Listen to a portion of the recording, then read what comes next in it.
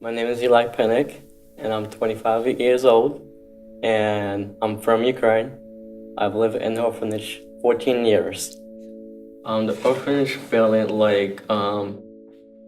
they have different kinds of building, built different kind of bricks. They don't have kind of colors on it.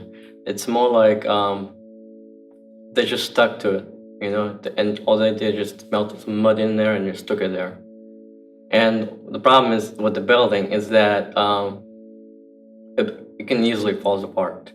Not people weren't doing a good job, and it's not because they're doing the good job. Is that they couldn't afford the money, and you can tell these people lose their fingers, 10 of them a day, and that's the only they can afford to have money to build houses.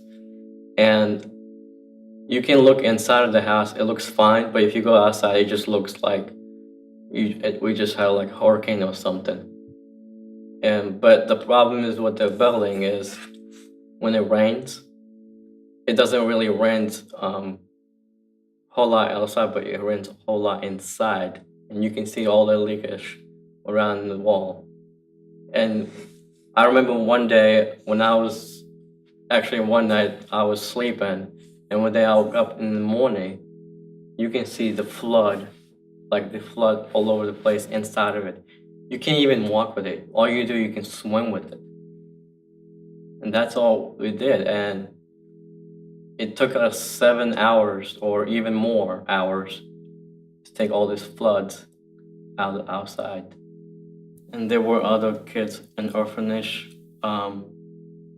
where some were like fully disabled. They can't move or can't talk, and all they do is lay in bed, and that's it. And then some of them like can walk, and then they can't talk at the same time. And some of them can crawl. So we didn't have a wheelchair or anything to move around with them. All they did is crawl. And that's what they did. And some people, it just, when I was living, it was more like they're all in bed. There was no freedom. It's more like they're in prison. There's a bed, and it's like a prison for them, and that's it. Wow. And most of them, they were covered with everything. So I was born and I was diagnosed, which is called spina bifida. Now a lot of people probably have heard it, and most of them have heard it. I usually explain what it is. What happens that when the spine's open when you're born, and so what they do with that is they put it together and they close it.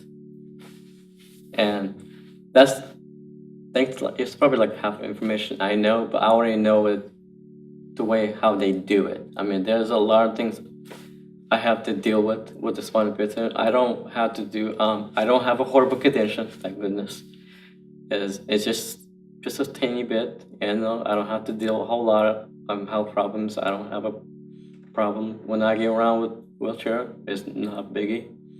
So, I mean, I don't really think of it much, but I have to watch out how I take care of myself. Okay. Having spina bifida as a child, it was kind of hard for me because I didn't have some things to be around with, because I didn't have a wheelchair to be around, so I have to crawl instead of just be sitting in the bed. I made myself a choice. I wanted to be around. But the only problem with spina bifida I'd never heard from nurses is that, I mean, most of the nurses didn't really hear it. What I have is I get sick a lot. I throw up a lot. My stomach will hurt, and my head, I mean, I will have the worst headaches. I never knew what was going on with my body. I never understood why I was diagnosed with that. I was born with it, and I just had it, and I've been sick 15 years, and I dealt with this 15 years, and it's crazy. And I don't know how I survived with it, but it's just I had to deal with it. Um, the way I was treated is when I was got into orphanage for the first time, I was fine. I felt like it would be safer for me to be around with good people and loving on me and have amazing food and make some good friends and have a good education. Well, year later,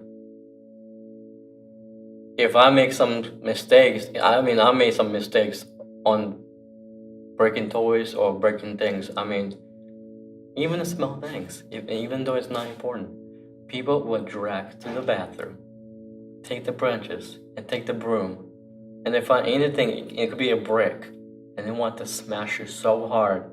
I mean, I wish I could have a picture of it, but I was covered with bruises. And I'm like, why did I do that? I mean, why I'm here to be treated like this? What did I do to them? You know, like, why did I do it to them? I'm like, really? And it happens all the time. It just happens all the time. And they tie you up to the bed, to top to bottom. And you're probably stuck into a month. I made some friends like the longest time, and I made some good friends, and I just want to have friends. You know, I never have friends, and I want to be around with friends. And one day, I didn't do anything. I mean, they got in an argument with me, and they bit me so hard that I was bleeding. I mean, almost in the blood I've lost. I mean, and then I even look at every time I look at it, it just makes me think of that. It makes me think of what my friends did to me, and I shouldn't deserve this. Yeah, when I was a young child, I've been abused. There's some things I've heard about Jesus, but at the same time, I didn't care because for me, he feels like he's nothing to me. He really is nothing. I have walked away from him, and I mean, I never accepted, but I walked away because I've heard of him, and I want to work with him. But then, same time, there was the rules of religious things I have to follow, and there were so many things I have to follow, and I refused to listen to that. And I said, no, I'm not going to follow his rules or the religious things. And I decided to walk away from that. And you know, there's people will be listening to me and people telling me all this religious stuff, and I'm like avoiding that stuff. And I even said horrible things about all this. You know, it's just I didn't exactly knew what he really was, what he did to me, and you know what it means to him to be have me and him. It just I should just felt nothing. You know, I've never been to church. I have never grew up in church. I've never been in church. So in the orphanage as a young child, and being abused so many times, and no others care about me, and I felt nothing inside. I feel worthless, stupid, and ugly, and I mean, name it. I mean, seriously, just name it all if you can. I mean, I was lonely, and every day of 15 years, it's sit by the wall. It's just been lonely and just nothing, and been hurt and feel this pain inside of it. But then I made something. I didn't, you know, I started drinking and smoking all this stuff.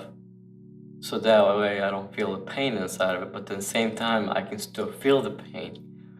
And I'm still feel lonely all the time. And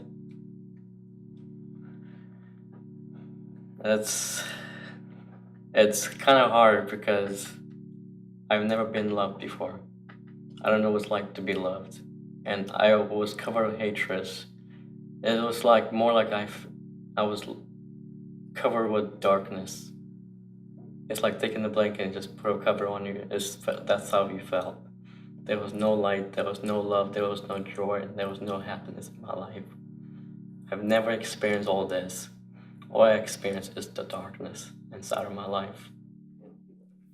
So when I first met my future parents, Scott and Susie Penick, um, they were just, they put love on us, and they were putting joy and happiness. They were more excited about us getting adopted. But when they heard the news about me, but they kind of heard on the paper that, they were just saying, I don't know if you want Eli to be adopted or not, because all the health problems, that I don't think we can take care of that, and I don't think we don't know how to do it, because we don't know, but then when they find out about Jordan, they're like, oh, Jordan seems like they have no problem, but let's take Jordan instead of Eli, they just want Jordan. Jordan, has no problem.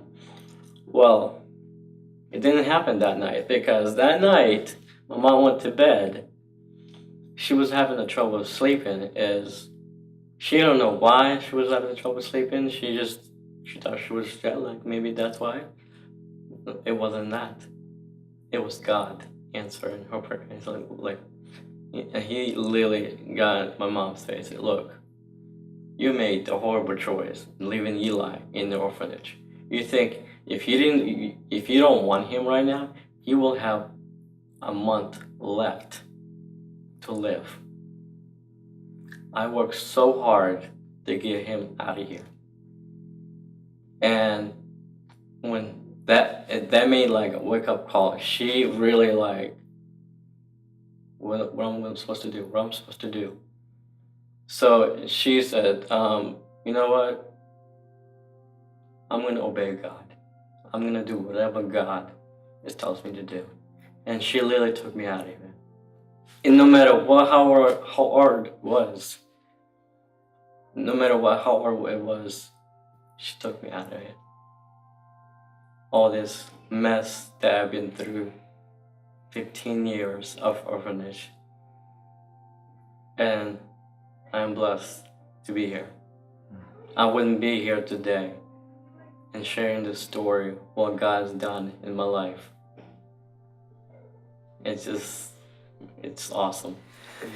Well, you can imagine as a child, me walking away all the things that things I not believe in him, and things he has done to me and that I didn't care. And me to arrive here and all the things that God done in my life in this home for me is that, and I would think of myself, why? Really, why did you do it? Even I walked away from you, and I didn't need that from you. I want you to always be staying away from me. But he didn't, because he made the plan for myself. He says, this is my plan for you. And when I got into first time attending the KPC, and I've never been to church. I really have never been to church. And all I see, people going crazy. Like absolutely drunk. I'm like, what is wrong with these people? I feel like there was something wrong with these people. Worshiping people, worshiping God and preaching and all that. There's like full energy. It's like full of energy. I'm like, I don't like this. And I'm like, this is crazy. But then the more I went to KPC, something has changed. Not more what my parents did. I feel like they made me to go to church, because it's not because I have to like something. It's more because it's to get connected with God, have a relationship with Him, they taught me a lot of things about God, and that means a lot to me, because it kind of realized, and I said, well, if I accepted Christ as my Savior, what would have happened to me? So one night I fell down and I said all this to him, the Lord, if you're real, I need you. I really do.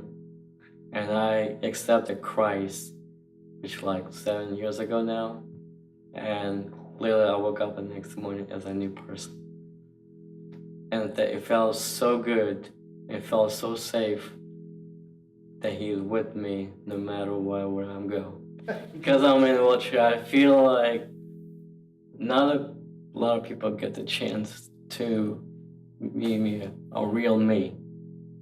You know, because being in a wheelchair, not a lot of people will get your attention because the way I look at it is that are they afraid talking to me? Are they going to treat me differently than others? Those are not wheelchairs.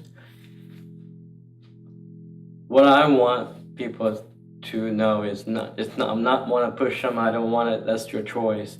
Is that I want people to love me. I want people to accept who I am in wheelchair, because you don't know what I went through in life, what God can do for you. If He can do it for me, you can do it for you guys.